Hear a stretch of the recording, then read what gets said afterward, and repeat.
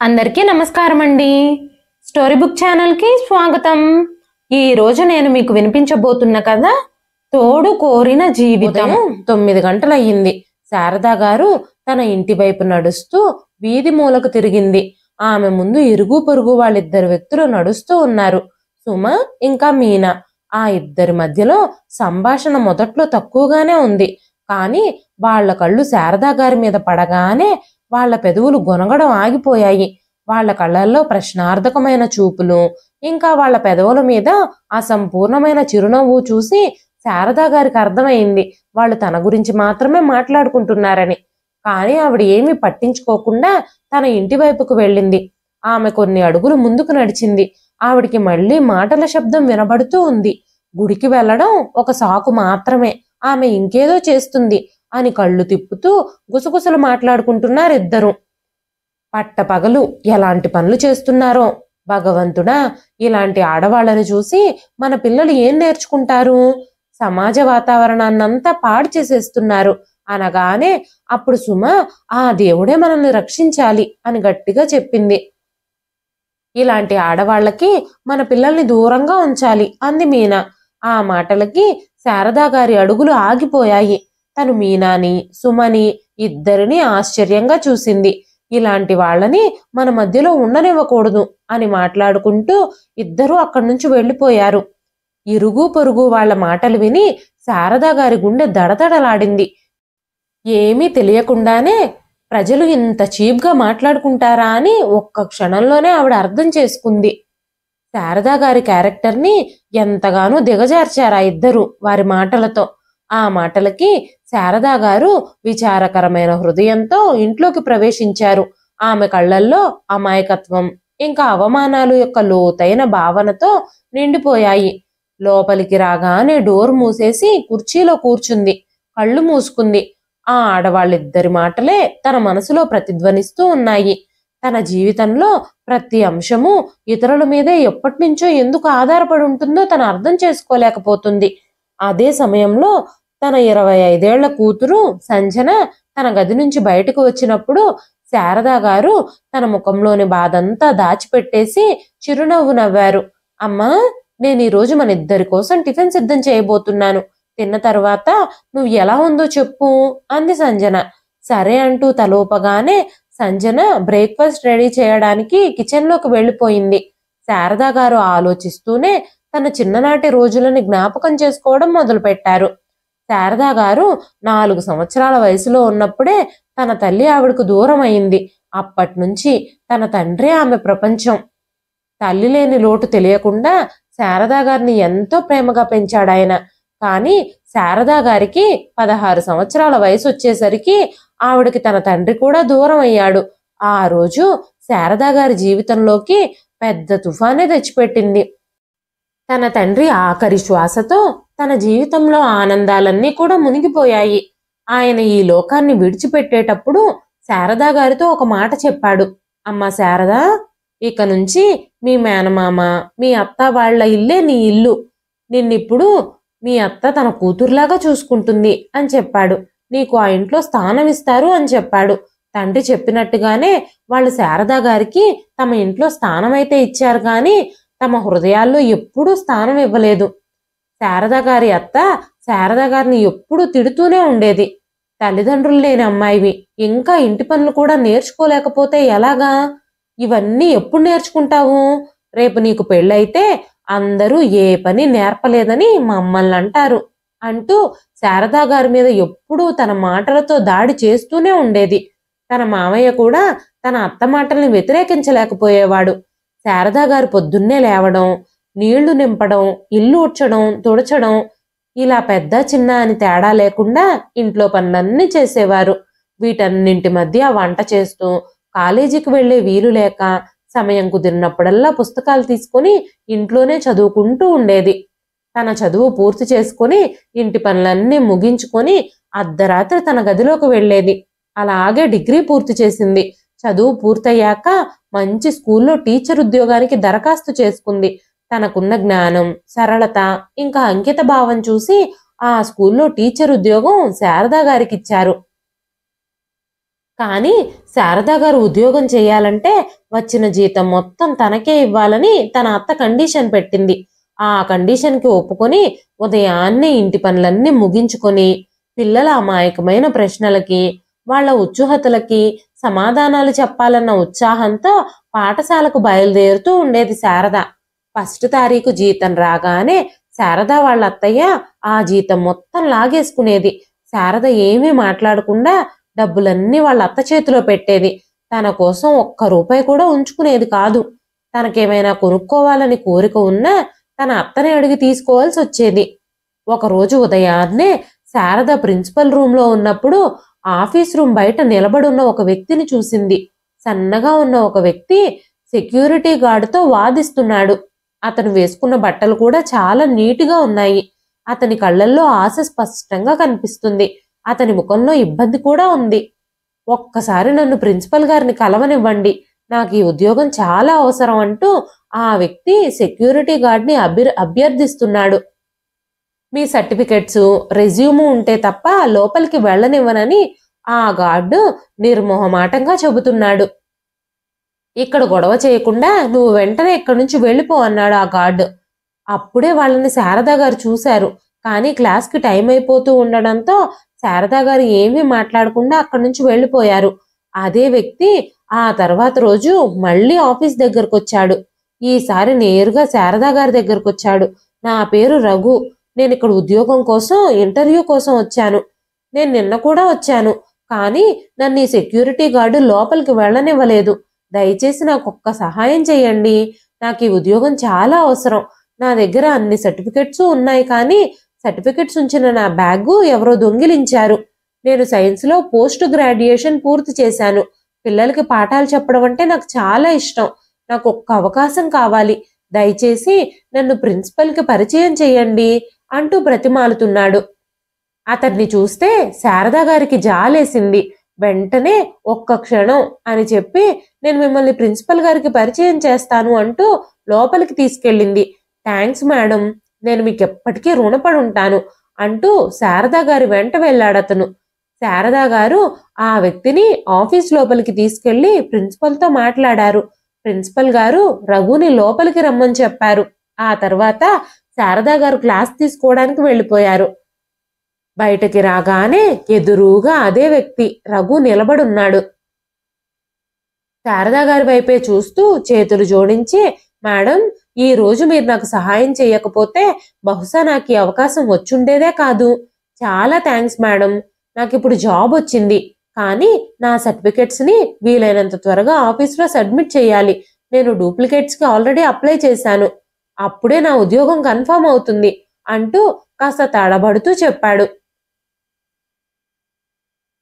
రఘు శారదా గారితో, మేడం, ఈ చుట్టుపక్కల ఏదైనా అద్దెలు దొరికితే నాకు చెప్తారా? ఒక్క రూమ్ దొరికినా చాలు అనగానే కొంచెం సేపు ఆలోచించి శారదా గారు, నిజానికి నేను మా మావయ్య అత్తయ్యలతో నివసిస్తున్నాను. వాళ్ళ ఇంట్లో మేడ మీద గది ఖాళీగా ఉంది. మీకు కావాలంటే ఆ గదిని అద్దెకి అడగండి అని చెప్పింది. రఘు చిరునవ్వు నవ్వుతూ చాలా థ్యాంక్స్ అని చెప్పాడు. సెలవు రోజు వచ్చి ఇల్లు చూసుకోమని చెప్పి శారద వెళ్ళిపోయింది. ఆ తర్వాత రోజే రఘు శారదా గారితో కలిసి ఇల్లు చూడ్డానికి వెళ్ళాడు. శారద వాళ్ళ అత్తయ్య పెరట్లో కూర్చునుంది. అత్తయ్య, ఈయన రఘు మా స్కూల్లో కొత్తగా టీచర్గా జాయిన్ అయ్యాడు. అతనికి అద్దెకి ఒక గది కావాలంట అని చెప్పగానే శారద వాళ్ళ అత్తయ్య రఘు వైపు ఒక్క క్షణం చూసింది. చూడు, అయితే అడ్వాన్సు, అద్దె, కరెంటు బిల్లు, నీళ్ల బిల్లు అన్నీ కట్టాలి. ఈ బిల్లులన్నీ విడివిడిగానే వసూలు చేస్తాము అని చెప్పగానే రఘు వెంటనే నేను అన్నింటికీ అంగీకరిస్తున్నాను, కానీ ప్రస్తుతానికి వెంటనే అడ్వాన్స్ చెల్లించడానికి నా దగ్గర డబ్బులు లేవు అని చెప్పగానే శారద వాళ్ళ అత్తయ్యకి కోపం వచ్చింది. ఇప్పుడు నేను నీకు ఫ్రీగా రూమ్ ఇవ్వాలా? ఇంటి ఖర్చులు ఎంత ఉంటున్నాయో తెలుసా? అద్దె కట్టలేని వ్యక్తిని ఇంట్లో అద్దెకు ఉండడానికి తీసుకొచ్చావా అంటూ కోపంగా ఆవిడ శారద మీద అరిచి లోపలికి వెళ్ళిపోయింది. రఘు ఆవిడ వెనకాలే వెళ్ళి, ఆంటీ, మీ పై గది ఖాళీగానే ఉంది కదా, నాకు కాస్త సమయం ఇవ్వండి. మొదటి జీతం రాగానే అద్దె, అడ్వాన్సు మొత్తం ఇచ్చేస్తాను అని చెప్పగానే ఆవిడ కళ్ళు పెద్దవి చేసి రఘు వైపు చూసి, సరే అయితే వచ్చే నెల 1వ తారీఖు కల్లా అద్దె కట్టకపోతే నేను నిన్ను ఇంట్లో నుంచి బయటకు గెంటేస్తాను అని చెప్పింది. రఘు ఆవిడకి థ్యాంక్స్ చెప్పి నేను రేపు వస్తాను, సామాన్లు తెచ్చుకుంటాను అని చెప్పాడు. వెంటనే శారద రూమ్ చూసి వెళ్ళమని చెప్పింది. అయితే ఒక విషయం గుర్తుంచుకోండి, ఇక్కడ ఇంటికి సంబంధించిన రూల్స్ చాలానే ఉంటాయి అంటూ శారద కటువుగా అంది. రోజులు గడిచే కొద్దీ శారద ఇంకా రఘుల మధ్య స్నేహం ఏర్పడింది. ఆమెకు సైన్స్లో ఏదైనా సమస్య ఉంటే చాలా ఓపిగ్గా రఘుని అడిగేది. కాలక్రమంగా వాళ్ళిద్దరి మధ్యలో సంభాషణలు పెరగడం ప్రారంభించాయి. శారద సైన్స్ ప్రాజెక్టుకి సిద్ధం కావాలి, కానీ ఎక్కడి నుంచి ప్రారంభించాలి అనే విషయం తనకు అర్థం కావడం లేదు. సలహా కోసం రఘు దగ్గరకు వెళ్లి తలుపు కొట్టింది. రఘు మృదువైన స్వరంతో తలుపు తెరిచే ఉంది, లోపలికి రండి అని చెప్పగానే బెడ్ మీద ఉన్న రఘుని చూసింది. తన మొహం విచారంగా ఉంది. సార్ ఏమైంది అని అడిగింది. ఏమీ లేదు, కాస్త ఫీవర్గా ఉంది అని చెప్పాడు రఘు. వెంటనే శారద గిన్నెలో నీళ్లు పోసి కర్చీఫ్ ముంచి రఘు నుదుటిపై పెట్టడం ప్రారంభించింది. మీరేమీ కంగారు పడకండి, కాసేపు విశ్రాంతి తీసుకుంటే నేను బాగానే ఉంటాను అన్నాడు రఘు. శారద గబగబా ఇంట్లోకి వెళ్లి జ్వరం మందు తెచ్చి రఘుకిచ్చింది. మేడం, మీరు చేసిన ఉపకారాన్ని నేను ఎప్పటికీ మర్చిపోలేను అని రఘు అనగానే వెంటనే శారద దీన్ని మానవత్వం అంటారు, ఇదేమీ ఉపకారం కాదు అని నవ్వుతూ చెప్పింది. మెల్లమెల్లగా వాళ్ళిద్దరి మధ్య సాన్నిహిత్యం పెరుగుతూ వచ్చింది. రఘు చాలా మంచివాడు. తను చాలా కష్టపడి పనిచేసే వ్యక్తి. స్కూల్లో ఉద్యోగం చేస్తూనే పేద పిల్లలకి ఫ్రీగా ట్యూషన్లు చెప్పేవాడు. ఆ వ్యక్తిత్వమే శారదని చాలా ఆకట్టుకుంది. వాళ్ళిద్దరూ మెల్లమెల్లగా ఒకరినొకరు ఇష్టపడడం మొదలుపెట్టారు. వాళ్ళిద్దరి మధ్య స్నేహం ప్రేమగా మారింది. వాళ్ళిద్దరూ జీవితాంతం కలిసి గడపాలని నిర్ణయించుకున్నారు. కానీ శారద కుటుంబంతో పెళ్లి విషయం మాట్లాడాలంటే తను ఆర్థికంగా నిలదొక్కుకోవడం చాలా అవసరం. కాబట్టి రఘు సమీపంలో ఉన్న స్థలాన్ని అద్దెకు తీసుకున్నాడు. ఇంకా ఎక్కువ ఆదాయం సంపాదించడం కోసం తన సొంత కోచింగ్ ఇన్స్టిట్యూట్ ని ప్రారంభించాడు. అదే సమయంలో శారద వాళ్ళ మామయ్య శారద కోసం సంబంధాలు వెతకడం ప్రారంభించాడు. అప్పుడు శారద తన మామయ్యతో రఘు గురించి చెప్పినప్పుడు ఆ ఇంట్లో పెద్ద గొడవే జరిగింది. శారద వాళ్ళ అత్తయ్య ఈ విషయంపై చాలా పెద్ద గొడవ చేసింది. తల్లి తండ్రి లేని అనాథ అని చేరదీస్తే ఇలాంటి పనులు చేసి మా పరువంతా తీస్తుంది అంటూ పెద్ద రాద్ధాంతం చేసింది. రఘు శారదని చాలా బాగా చూసుకుంటానని, శారదకి తనతో పెళ్లి చేయమని ఎంత బతిమాలినా కూడా ఆవిడ వినలేదు. రఘుని ఆ ఇంటి నుంచి బయటకు గెంటేశారు. శారద ఏడ్చుకుంటూ గదిలోకి వెళ్ళిపోయింది. తన మామయ్యకి అత్తయ్యకి ఎంత నచ్చ చెప్పాలని చూసినా కూడా ఫలితం లేకుండా పోయింది. శారదకి వీరైనంత త్వరగా పెళ్లి చెయ్యాలని తన అత్తయ్య మామయ్య నిర్ణయించుకున్నారు. హడావిడిగా 45 సంవత్సరాలున్న ఒక వ్యక్తితో తన పెళ్లి చెయ్యాలి అని అనుకున్నారు. తన దగ్గర కనీసం డబ్బు కూడా లేదు. శారద ఈ పెళ్లిని వ్యతిరేకించింది.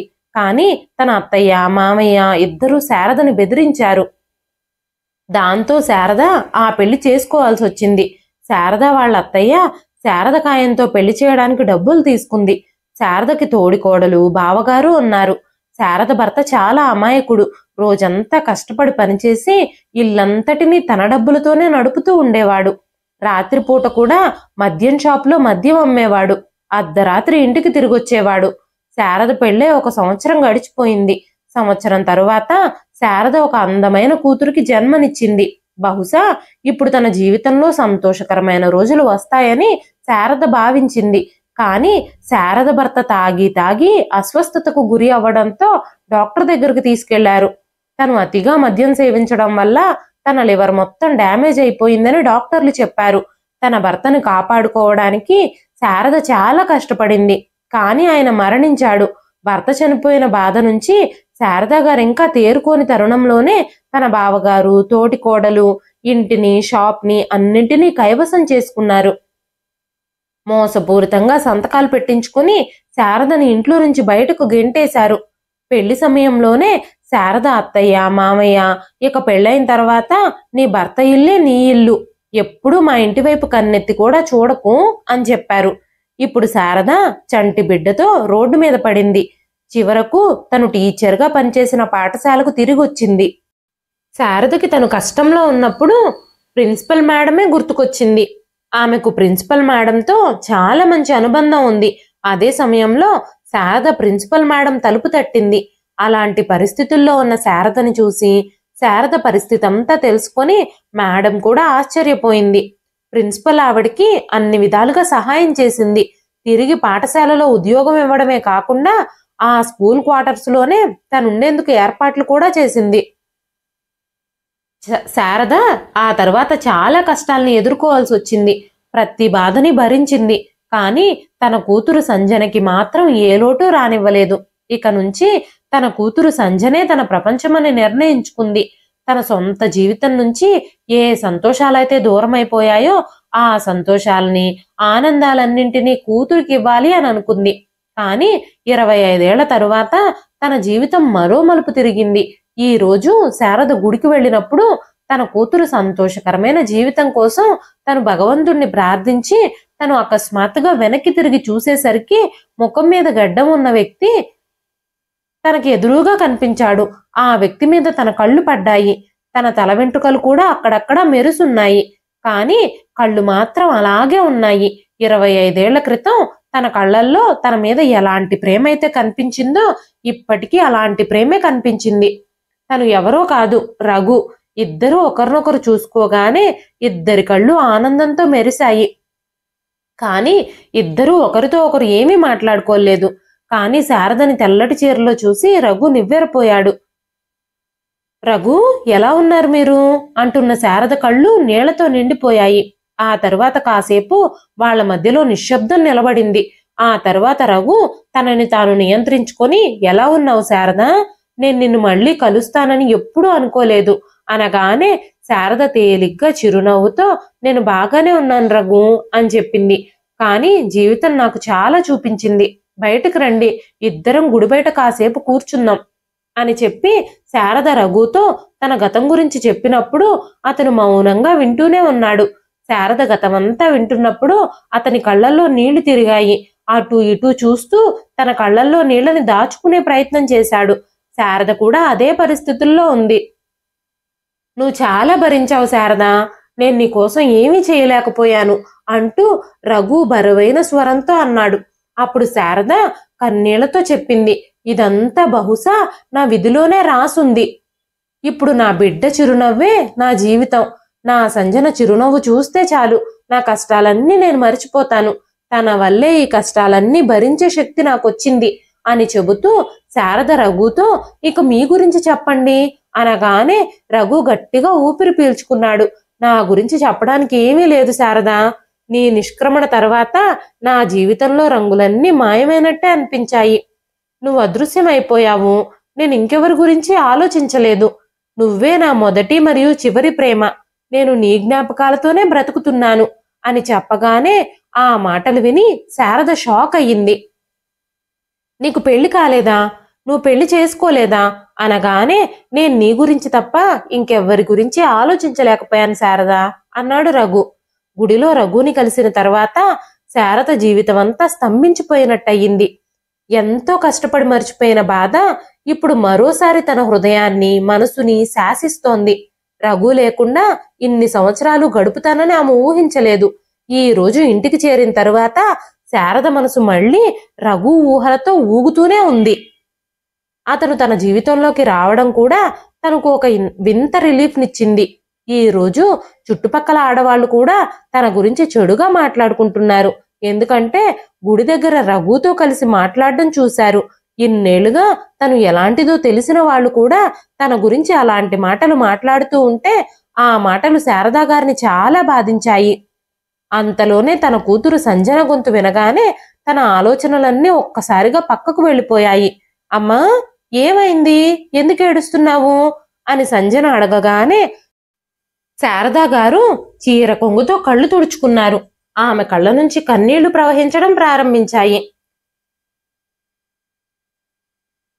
లేదమ్మా, ఏమీ లేదు, నేను బాగానే ఉన్నాను అంటూ ఆ టాపిక్ ని డైవర్ట్ చేస్తూ చిన్నగా నవ్వుతూ, నీకు తొందరలోనే మంచి సంబంధం చూసి పెళ్లి చేయాలని, నా బాధ్యతల నుంచి విముక్తి పొందాలని నేను ఆలోచిస్తున్నాను అన్నారు. వెంటనే సంజన, అమ్మా, నాకు పెళ్ళొద్దు. నేను నిన్ను ఒంటరిగా వదిలి ఎక్కడికి వెళ్ళను. నాకు నిన్ను ఒంటరిగా వదిలి వెళ్ళడం ఇష్టం లేదని చాలాసార్లు నేను నీతో చెప్పాను.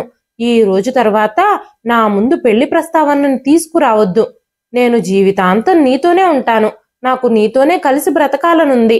నా జీవితంలో నాకు ఇంకెవ్వరి అవసరమూ లేదు అనగానే శారదా గారు, సరే ఆ విషయాలన్నీ ఇక్కడితో వదిలేయి. నువ్వు టిఫిన్ రెడీ చేస్తున్నానన్నావు కదా, ఏం రెడీ చేసావో తీసుకురా, టేస్ట్ చూద్దాం అనగానే సంజన గబగబా వంటగదిలోకి వెళ్ళి శారదా గారి కోసం బ్రెడ్ రోస్ట్ తీసుకొచ్చింది. ఇద్దరూ కలిసి కూర్చొని టిఫిన్ చేయడం మొదలు పెట్టారు. ఆ తర్వాత సంజన ఆఫీస్కి వెళ్ళిపోయింది. సంజన ఆఫీస్కి వెళ్ళిపోయిన తర్వాత శారదా గారు మళ్ళీ తన డైరీ తీశారు. దాని మీద తరచుగా తన భావాలను రాసుకుంటూ ఉండేవారు ఆవిడ. తన గత జీవితంలోని ప్రతి బాధకి సంబంధించిన విషయాలు, ఎదుర్కొన్న ప్రతి కష్టము ఆ డైరీలో రాసేది. తన తల్లి రాసే డైరీలో ఏముందో తెలుసుకోవాలని సంజన ఎప్పుడూ అనుకుంటూ ఉండేది. ఆ తరువాత శారదా గారు ఇంకా రఘు గుళ్ళో అప్పుడప్పుడు కలుస్తూ ఉండేవారు. అప్పుడప్పుడు రఘు శారదా గారికి ఫోన్ చేస్తూ ఉండేవాడు. అతను తన యోగక్షేమాల గురించి అడుగుతూ ఉండేవాడు. క్రమక్రమంగా వాళ్ళ మధ్యలో సంభాషణలు లోతుగా ప్రారంభమయ్యాయి. ఆ తర్వాత శారదా గారు రఘుని గుడిలో చూసి దాదాపుగా వారం రోజులైపోయింది. మొదటగా ఆవిడ ఏమీ పట్టించుకోలేదు, కానీ రఘు నుండి ఫోన్ కూడా రాకపోవడంతో తనని తాను నియంత్రించుకోలేకపోయింది. తనే స్వయంగా రఘుకి ఫోన్ చేసింది. అప్పుడే తనకి విషయం తెలిసింది, రఘుకి ఆరోగ్యం అస్సలు బాగోలేదని. శారద వెంటనే ఫోన్లో రఘు అడ్రస్ అడిగింది. శారద రఘు ఇంటి తలుపు తీయగానే అక్కడ వాతావరణం చాలా ప్రశాంతంగా ఉంది. వెంటనే రఘు, శారద నువ్వు ఇక్కడికి ఎందుకు వచ్చావు? ఎవరైనా చూస్తే నీకెంత ఇబ్బంది అన్నాడు. రఘుని అలా చూస్తూ ఉంటే శారద ముఖంలో ఆందోళన రేఖలు అలుముకున్నాయి. రఘు చాలా బలహీనంగా ఉన్నాడు. శారద చాలా కంగారు పడిపోయింది. రఘు నవ్వుతూ, 25 సంవత్సరాల క్రితం ఆ రోజు నువ్వు నా విషయంలో ఎంత కంగారు పడ్డావో ఈ రోజు కూడా అలాగే కంగారు పడుతున్నావు అనగానే శారద కోపంతో రఘుని తిట్టింది. అసలు మీ పరిస్థితి ఎలా ఉందో చూసుకోండి, డాక్టర్ దగ్గరకు వెళదాం పదండి, మీరు ఎన్ని సాకులు చెప్పినా నేను ఇక వినను అంటూ రఘుని బలవంతంగా శారద డాక్టర్ దగ్గరికి తీసుకెళ్ళింది. డాక్టర్ రఘుని పరీక్షించి అవసరమైన కొన్ని మందులు రాసి ఇంటికి పంపించారు. ఇంటికి చేరిన తర్వాత శారద కిచెన్లోకి వెళ్లి తేలిగ్గా అరిగే భోజనం సిద్ధం చేసి రఘుకి తినిపించింది. రఘు భోజనం చేసి టాబ్లెట్లు వేసుకున్న తరువాత శారద ముఖంలో కాస్త రిలీఫ్ కనిపించింది. రఘు తొందరగా కోలుకోవాలని కోరుకుంటూ ఇద్దరూ కాసేపు మౌనంగా కూర్చున్నారు. కాసేపటి తర్వాత రఘు సంకోచిస్తూ శారద గారితో మాట్లాడడం మొదలుపెట్టాడు. జీవితం మనిద్దరికీ చాలా నేర్పించింది శారద. నువ్వు లేకుండా జీవించడం నేను నేర్చుకున్నాను, నేను లేకుండా జీవించడం నువ్వు నేర్చుకున్నావు. ఈ వయసులో ఇప్పుడు మనిద్దరం మళ్ళీ ఒకరినొకరు ప్రేమించుకుంటున్నామా అని నేను నిన్ను అడగాలని అనుకుంటున్నాను అని రఘు అనగానే శారద ఆశ్చర్యపోయింది. ఆమె కళ్ళల్లో ఉద్వేగాల తుఫాను చెలరేగింది. వెంటనే రఘు వైపు చూసింది. కానీ రఘు మౌనం ఆవిడకు అర్థం కాలేదు. నేను మీ భావాలను అర్థం చేసుకున్నాను, కానీ ఈ విషయం చాలా కాలంగా నా హృదయంలో ఉంది, కానీ నిర్ణయం నీ చేతుల్లోనే ఉంది అన్నాడు రఘు. ఆ మాటలకి శారద గుండె వేగంగా కొట్టుకుంది. ఆమె మనసులో ఆలోచనలు వెల్లువై పరుగులు పెడుతున్నట్టున్నాయి. తను చాలా గందరగోళంలో పడిపోయింది. అసలు సమాజం ఏమనుకుంటుందో అని శారదకి భయం మొదలైంది. గుడిలో తనని రఘుని చూసినప్పుడే తన పక్కనున్న ఆడవాళ్లు తన గురించి చాలా చండాలంగా మాట్లాడుకోవడం తను వింది. అలాంటి ఆలోచనలు రాగానే శారద మనసు మారిపోయింది. వెంటనే శారద రఘుతో, ఈ నిర్ణయం మీకు సులభమే అని నాకు తెలుసు, కానీ నాకంత సులభం కాదు, మీకిప్పుడు సమాధానం చెప్పే ధైర్యం కూడా నాకు లేదు అని చెప్పి శారద ఇంటికి తిరిగి వచ్చేసింది. ఆ రోజంతా శారద మౌనంగా గడిపింది. ఉదయం నుంచి సాయంత్రం వరకు బాధ, భారం కలగలిసి వచ్చినట్టుగా తనకి కన్నీళ్లు వస్తూనే ఉన్నాయి. సాయంత్రం సంజన ఇంటికి వచ్చినప్పుడు తల్లి కళ్ళు ఎర్రగా ఉండడం, తన మొహమంతా నిశ్చలంగా ఉండడం చూసి ఏదో తప్పు జరిగిందని అర్థం చేసుకుంది. శారదా గారు మార్కెట్కి వెళ్ళడానికి బయలుదేరినప్పుడు సంజన చాలా రోజులుగా ఆలోచిస్తున్నా తన తల్లి డైరీ తీసి చదవాలి అని అనుకుంది. తల్లి బయటకు వెళ్ళగానే సంజన అల్మారాలో నుంచి డైరీ తీసి నిశ్శబ్దంగా చదవడం మొదలుపెట్టింది. మొదటి పేజీ తెరిచి చూడగానే సరికొత్త ఛాలెంజ్లు, కొత్త సమస్యలు అని రాసుంది. మెల్లమెల్లగా డైరీలోని పేజీలన్నీ తిరగేస్తూ ఉంటే శారద జీవితంలో కష్టాలన్నీ సంజన కళ్ళ ముందు ప్రత్యక్షమయ్యాయి. డైరీలోని మొదటి పేజీ నుంచి చివరి పేజీ వరకు కన్నీళ్లతో తడిసి ముద్దవుతున్నట్టుగా అనిపించింది. తన జీవితంలో తన తల్లి ఎన్ని త్యాగాలు చేసిందో తెలుసుకుంది. డైరీలోని చివరి పేజీ చదువుతూ ఉన్నప్పుడు సంజన షాక్ అయిపోయింది. ఈ జీవితం నాకు మరొక అవకాశాన్ని ఇవ్వాలనుకుంటుంది, కానీ పరువు, మర్యాద, సమాజం గురించిన ఆలోచనలతో నేను దాన్ని అంగీకరించలేకపోతున్నాను అని రాసుంది. సంజన ఆ డైరీ మొత్తం చదివేసి ఆ డైరీని తిరిగి అల్మారాలో పెట్టేసింది. తన కళ్ళు ఇంకా తడిగానే ఉన్నాయి. తను ఇంకా ఆలోచిస్తూనే ఉంది. అదే సమయంలో తన కళ్ళు టేబుల్ మీద పెట్టున్న మొబైల్ ఫోన్ మీద పడ్డాయి. శారదా గారు మార్కెట్కి వెళుతూ మొబైల్ ఫోన్ని మర్చిపోయి వెళ్ళినట్టున్నారు. వెంటనే సంజన ఫోన్ ఓపెన్ చేసి చూసింది. కాల్ హిస్టరీలో రఘు అనే పేరు మొదట్లో ఉంది. డైరీలో చదివిన అదే పేరు చూడగానే వెంటనే సంజన ఆ నెంబర్కి కాల్ చేసింది. అవతలి వైపు నుంచి హలో శారదా అనే గొంతు వినిపించింది. కాసేపాగి లేదు, నేను ఆవిడ కూతుర్ని సంజనని మాట్లాడుతున్నాను అని అనగానే రఘు కంగారు పడుతూ శారద ఎలా ఉంది, బానే ఉంది కదా అని అడిగాడు.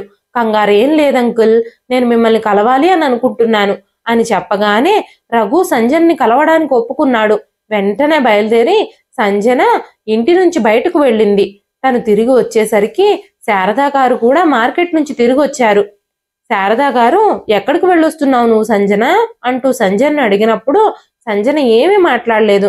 కాసేపటి తర్వాత సంజన శారదా గారు చేయి పట్టుకుని అమ్మా, నీ డైరీ నేను చదివాను, అంతేకాకుండా నేను రఘు అంకుల్తో కూడా మాట్లాడాను, అతను చాలా మంచి వ్యక్తి అని చెప్పగానే శారదా గారు ఒక్కసారిగా నిర్ఘాంతపోయి నిశ్చేష్టురాల్లా ఉండిపోయింది. ఆ తరువాత అమ్మా, నువ్వు ఇన్ని రోజులు నీ సుఖాలు సంతోషాలు అన్ని వదిలిపెట్టి ఇతరుల కోసమే జీవించావు. ఇప్పుడిక నువ్వు నీ సంతోషం కోసం ఆనందం కోసం ఆలోచించు అనగానే శారదా గారు తనని తాను కంట్రోల్ చేసుకుంటూ లేదు సంజన, ఇన్ని రోజులు నేను బంధువులు సమాజం ముందు నన్ను నేను నియంత్రించుకున్నాను, ఏ మచ్చ లేకుండా బ్రతికాను. ఇప్పుడు నేను ఈ పాపంలో భాగస్వామిని కాలేను. ఏదైనా నిర్ణయం తీసుకోవడం ద్వారా జనాలు మాట్లాడే మాటల వల్ల నీ జీవితం మీద కూడా నేను ముద్ర వేయాలి అని అనుకోవడం లేదు. ఒక మహిళ తన కూతురు పెళ్లి వయసులో తన సొంత జీవితాన్ని వెతుక్కుంటుందని జనాలందరూ నన్ను వెక్కిరిస్తారు. నేను వాళ్ళకి ఎలాంటి సమాధానం ఇవ్వగలను? అతి ముఖ్యమైన విషయం ఏమిటంటే ఈ విషయం యొక్క ప్రభావం నీ మీద ఎక్కువగా పడుతుంది అనగానే సంజన ఆశ్చర్యంగా అమ్మా, ఈ సమాజం నీకు నాకు ఎప్పుడు అండగా నిలబడింది? నువ్వు వీధుల్లో పడ్డప్పుడు ఎవరైనా సహాయం చేశారా? చంటి బిడ్డతో నువ్వు రోడ్డున పడినప్పుడు ఎవరైనా నీకు అండగా ఉన్నారా? నీ సొంత శ్రమతో నువ్వు నిలదొక్కున్నప్పుడు నిన్ను ఎవరైనా మెచ్చుకున్నారా? అమ్మా, నిన్ను నన్ను అప్పుడు ఎవ్వరూ పట్టించుకోలేదు. నువ్వే మన ఇద్దరిని చూసుకున్నావు. నీలో ఎంత బాధ దాగుందో నాకు తెలుసు. రఘు అంకుల్ మాత్రమే నిన్ను సంతోషపెట్టే వ్యక్తి. నేను మిమ్మల్ని ఇప్పటికైనా సంతోషంగా చూడాలి అని అనుకుంటున్నాను అని చెప్పింది సంజన. చాలా రోజులు కష్టపడి రఘు ఇంకా సంజన శారదా గారిని ఈ సంబంధం కోసం ఒప్పించారు. ఆ తర్వాత ఒకరోజు సాయంత్రం రఘు ఏదో పని మీద శారదా గారింటికి వచ్చాడు. అకస్మాత్తుగా తలుపు తట్టిన శబ్దం వినిపించింది. అప్పుడే శారదా గారు రఘు మాట్లాడుకుంటూ ఉన్న సమయంలో ఇరుగు పొరుగు ఉండే సుమ ఇంకా మీనాలు ఎదురుగా నిలబడున్నారు. వాళ్ళిద్దరూ తమతో పాటు ఇంకా కమ్యూనిటీలో చాలా మంది జనాల్ని పోగు చేసి తీసుకొచ్చారు. మేము ఒక మాట విన్నాము, నిజమేనా శారదా? నీ గురించే ఆ విషయం. నువ్వు నీ సొంత కూతురికి పెళ్లి వయసు వచ్చినప్పుడు మీ పెళ్లి గురించి మీరు ఆలోచిస్తున్నారట, మీకు సిగ్గులేదా అంటూ ఒక స్త్రీ శారదా గారితో వ్యంగ్యంగా మాట్లాడింది. మా ఆడపిల్లలు ఇక్కడ పెరుగుతున్నారు, మీరు ఆడవాళ్ల గౌరవాన్ని తీసేస్తున్నారు. మీ మధ్యలో పెరిగితే వాళ్ళ మీద ఎలాంటి ప్రభావాలు పడతాయో అని మాట్లాడుతూ ఉండగానే శారదా గారు మౌనంగా నిలబడిపోయారు. వెంటనే ఇది మా పర్సనల్ విషయం, అనవసరంగా డ్రామా క్రియేట్ చేయకండి అంటూ ఉరుము లాంటి శబ్దంతో మాటలు వెనక నుంచి వినిపిస్తున్నాయి. సంజన గొంతు కోపంగా దృఢంగా బుల్లెట్లా దూసుకొచ్చింది. నా తల్లి ఈ సమాజానికి వ్యతిరేకంగా ఏం చేసింది? మా నాన్న చనిపోయినప్పుడు మా అమ్మ ఒంటరిగా కష్టపడింది. ఆ రోజు మీరెందుకు అయ్యో పాపం అనలేదు? ఈ రోజు మా అమ్మ తన సంతోషం కోసం ఒక నిర్ణయం తీసుకుంటే అందులో తప్పే ఉంది. ఈ నిర్ణయంలో నేను తనతోనే ఏకీభవిస్తున్నాను అంటూ సంజన మాట్లాడడం కొనసాగించింది. మా అమ్మకి ఏ వయసులో పెళ్ళయిందో మీకు తెలుసా? తను ఏ వయసులో భర్తని పోగొట్టుకుందో మీకు తెలుసా? ఎలాంటి వ్యక్తితో కాపురం చేసిందో మీకు తెలుసా? ఎన్ని కష్టాలు అనుభవించిందో మీకు తెలుసా? ఎంత నరకం చూసిందో తెలుసా? 25 ఏళ్ల వయసులోనే తను తెల్ల చీర కట్టుకోవాల్సి వచ్చింది. ఇన్నేళ్లు నా కోసమే బ్రతికింది. నేను ఇంటి నుంచి బయటకు వెళితే తను తన కోసం భోజనం కూడా వండుకోలేదు మా అమ్మ. అలాంటిది నేను పెళ్లి చేసుకుని వెళ్ళిపోతే తనని చూసుకోవడానికి ఎవరుంటారు? అందుకే నేనే తన విషయంలో ఇలాంటి నిర్ణయం తీసుకున్నాను అని చెబుతూ సంజన తన తల్లిని కౌగిలించుకుని ఏడవసాగింది. సంజన మాటలకి ఆ కమ్యూనిటీలోని ఆడవాళ్లందరూ దిగ్భ్రాంతికి గురయ్యారు. వాళ్ళందరూ ఒకరి మొహాలొకరు చూసుకోవడం మొదలుపెట్టారు. కానీ ఎవ్వరూ సమాధానం చెప్పలేదు. అప్పుడు గుంపులో నుంచి మౌనంగా వింటున్న ఒక వృద్ధురాలు ముందుకొచ్చి, అమ్మ సంజన, నువ్వు చెప్పిన దాంట్లో తప్పేమీ లేదు. ఆనందం అనేది వయసుతో ముడిపడి ఉండదు.